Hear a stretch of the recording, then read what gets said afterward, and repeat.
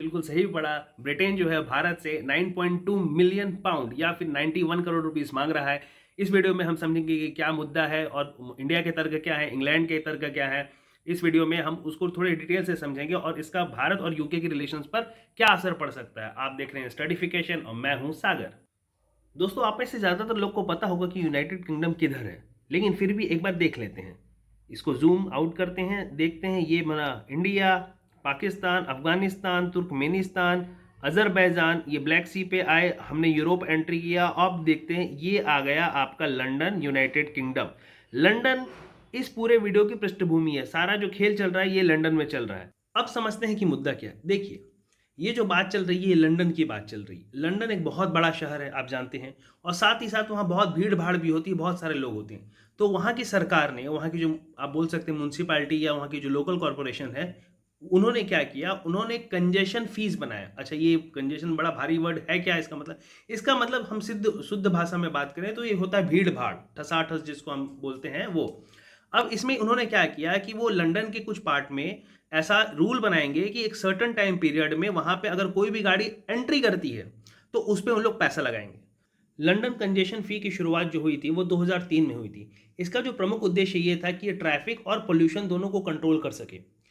2003 से ही यह जो यूके की गवर्नमेंट है वो बाकी देशों के एम्बेसी और डिप्लोमेट्स की एंट्री को एज अ फी पे काउंट करती रहती है कि अगर इनकी जो भी गाड़ियां हैं, डिप्लोमेट्स या एम्बेसीज की गाड़ियां अगर सेंट्रल जोन में आती है, कंजेस्टेड जोन में आती हैं, तो उनको वो चार्ज करते हैं। और वो उनकी मतलब दूसरे देशों के खाते में आप बोल सकते हैं कि एक तरीके से लिखते जाते हैं पैसा को। और 2003 से 2025 तक का जब हम काउंट करते हैं तो यूके की सरकार ये बोलती है कि भारत की एम्बेसी को या भारत सरकार को 9.2 मिलियन पाउंड देना है। अगर मैं आप उसको इंडियन रुपीस में कन्वर्ट करूं तो वो लगभग 91-92 करोड़ रुपए हो जाता है। ऐसा नहीं है कि सिर्फ भारत की सरकार पे चार्ज कर रहे हैं, ये बहुत सारे देशों पे चार्ज कर रहे हैं। ये इसकी एक लिस्ट में आपके सामने प्रदर्शित करता हूं। अगर मैं टोटल चार्जेस को बोलूं तो यूके की गवर्नमेंट के हिसाब से ये टोटल 140 मिलियन पाउंड होते हैं, जो कि एक ह्यूज अमाउंट है। तो भारत क्या कहता है? भारत जो है वो Vienna convention on diplomatic relation की दुहाई देता है। ये क्या है?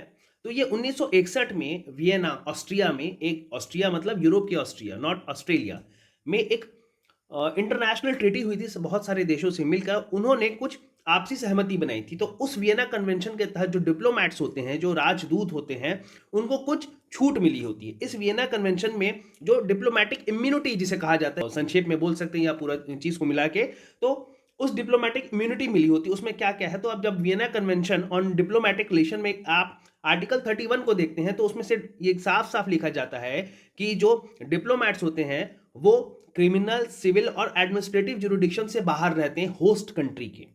ठीक है। इसके अलावा जब आप देखते हैं इसी का आर्टिकल 22 और 30, तो उसमें यह बताता है कि इनके जो प्रीमाइसेस होते हैं और प्रॉपर्टी होते हैं डिप्लोमेट्स के, वो इनवॉयलेबल होते हैं। अच्छा, ये क्या है मतलब? जो होस्ट कंट्री है वह इनकी प्रॉपर्टी को सीज नहीं कर सकता, जब्त नहीं कर सकता। ठीक है।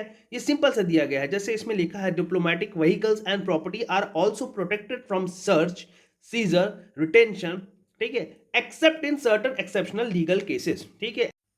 जो वियना कन्वेंशन के आर्टिकल 34 में दिया गया है टैक्स एग्जम्पशंस। ठीक, इसका क्या मतलब है? इसका यह मतलब है कि जो डिप्लोमेट्स होते हैं उनको टैक्स से छूट मिलती है। वो होस्ट कंट्री पे कोई टैक्स नहीं देंगे, होस्ट कंट्री पे कोई टैक्स नहीं देंगे। अगर वो टैक्स देंगे भी तो वो अपने देश में देंगे, उनके देश में जो टैक्स का स्लैब रहेगा उसके हिसाब से देगा। भारत का जो सबसे प्रमुख पॉइंट आता है वो यही आता है। इसमें आगे चल के मैं थोड़ा सा समझाऊंगा, लेकिन भारत का जो सबसे प्रमुख हथियार है वो यही है। वो ये कहता है भारत कि हमारे जो डिप्लोमेट्स हैं वो तो, उनको तो इम्यूनिटी मिली है टैक्स से वियना कन्वेंशन के तहत। वो कैसे आपका ये पैसा को दे सकते हैं, ये कैसे आप चार्ज कर सकते हैं उन पे? ठीक है। भारत को तो छूट मिला हुआ है।